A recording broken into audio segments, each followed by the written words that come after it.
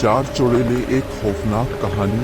लीमू गोद कब्रिस्तान। गुलशन इकबाल के खिदमतकार अनवर इस्लाम ने बताया कि ये कब्रिस्तान बहुत पुराना है और उसके हवाले से कई किस्से कहानियाँ मशहूर हैं। कोई कहता है कि इस कब्रिस्तान में जिन्नात हैं, कोई कहता है कि इस कब्रिस्तान में चुड़ैलें रहती हैं, तो कोई यहाँ परियों को देखने का दावा करता है। इन बातों में से कुछ तो सच्ची भी है, क्योंकि तमाम बातों को झूठ नहीं कहा जा सकता।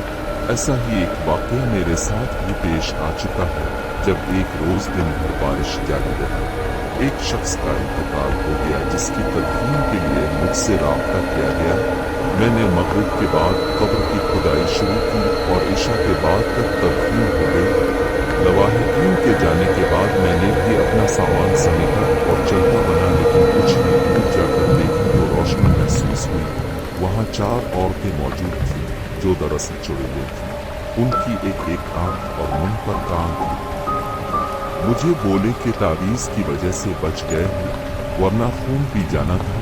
और फिर अचानक इस दरख्त में हुआ की तरह गायब हो गए। जारी अनवर इस्लाम ने रोजनामा उम्मत को अपनी जिंदगी का एक सच्चा वाक़या सुनाते हुए बताया कि मैंने अपना बचपन और जवानी इसी कब्रिस्तान में गुजारी है और अब अपना बुढ़ापा इसी कब्रिस्तान में गुजार रहा हूँ।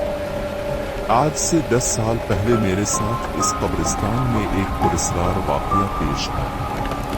हुआ कुछ यूं था कि दिसंबर के महीने में मुझे एक कब्र तैयार करने का काम मिला, जिसकी तदफीन बाद नमाज इशा थी। इस दिन बारिश भी हुई थी, जो कई घंटे जारी रही थी। शाम में जाकर इस बारिश का जोर टूटा था। मगरिब के बाद मैंने कब्र तैयार करना शुरू की और अपने काम से फारिग रहकर मैं मैयत का इंतजार करने लगा। मैयत आते आते कोई 10 बजे का वक्त हो गया और तदफीन से फारिग होते होते रात के 11 बज गए, जिसके बाद मैं लोगों के जाने का इंतजार करने लगा। जब तमाम लोग कब्रिस्तान से चले गए तो मैंने भी अपना सामान समेटना शुरू किया। तमाम कामों से फारिग रहकर मैं भी घर जाने लगा। अभी मैंने आधा कब्रिस्तान ही पार किया था कि मैंने देखा कब्रिस्तान के अंदर मध्यम सी रोशनी हो रही है और कुछ अफराद वहाँ मौजूद हैं। इस सूरत हाल को देखकर नीम ने सोचा कि अभी तक तो कब्रिस्तान में कोई नहीं था, फिर अचानक ये लोग कब्रिस्तान में कहाँ से आ गए।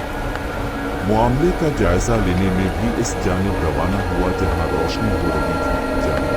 जब मैं नजदीक पहुंचा तो मैंने देखा कि एक दरख्त के नीचे कुछ नौजवान लड़कियां आग जलाकर उसके गिर्द बैठी हैं और आपस में किसी नामालूम ज़बान में बातें कर रही हैं।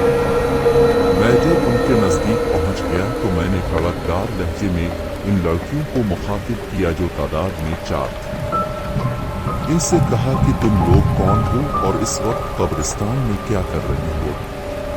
तुम्हारे घर वालों को मालूम है कि इस वक्त तक कब्रिस्तान में हो। मेरी आवाज़ उन लड़कियों ने सुनी कर दी और एक लड़की ने नीचे मुंह किए हुए मिनमिनाती आवाज़ में, जैसे कोई नाक से बोलता है, दीगर लड़कियों को कहा कि देखो ये आ गया ना हमारे पास। ये जुमला सुनकर उसकी दीगर साथी लड़कियां अपनी जगह से खड़ी हो गईं। अब जो मैंने गौर से उनकी जानिब देखा तो मुझे ऐसा लगा जैसे मैं कोई ख्वाब देख रहा हूँ, क्योंकि उनकी नाक थी और ना ही मुंह था। उनके चेहरे पर कान थे, इजारी है, और सिर्फ आंखें थीं जो इंतहाई सुर्ख थीं।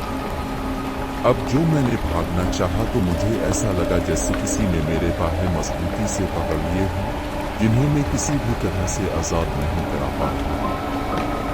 जिसके बाद वो जो भी मखलूक थी मेरे करीब आई और जैसे ही उन्होंने करीब आकर मुझे छूना चाहा, उनको ऐसा झटका लगा जैसे कोई शख्स बेचैनी में बिजली का नंगा तार छोड़े। इसके बाद उनमें से एक ने अपनी दीगर साथियों को कहा कि इसके पास कोई तावीज़ है, जिसकी वजह से हम इसका कुछ नहीं बिगाड़ पाएंगे। फिर इस लड़की ने मुझे कहा कि आज इस तावीज़ ने तुझे बजलिया, वरना आज हम तेरे खून से अपनी भूख मिटाते। इसके बाद वो तमाम अजीब अलखलकत लड़का है इस दरख्त के अंदर इस तरह दाखिल हो गई। जारी है जिसे वो हुआ से बनी। इसके बाद मेरे पाहे आज़ाद हुए और मैं वहाँ से भाग निकला। दूसरे दिन मैंने इस वाक़े का जिक्र एक नूरानी अमल करने वाले आमिल से किया तो उन्होंने मुझे बताया कि तुम्हारा सामना रात को चोरों से हुआ था जो तुम्हें अपना शिकार बनाना चाहते थे, मगर तुम्हारे गिले में जो तुम्हारे मुर्शिद का दिया ताबीज़ है उसने तुम्हारी जान बचा ली। इसके बाद फिर कभी वो मखलूक अचुड़ेले मुझे दोबारा नज़र नहीं आए और मैं भी कब्रिस्तान के इस हिस्से में सिर्फ दिन के औकात में ही जाता हूँ।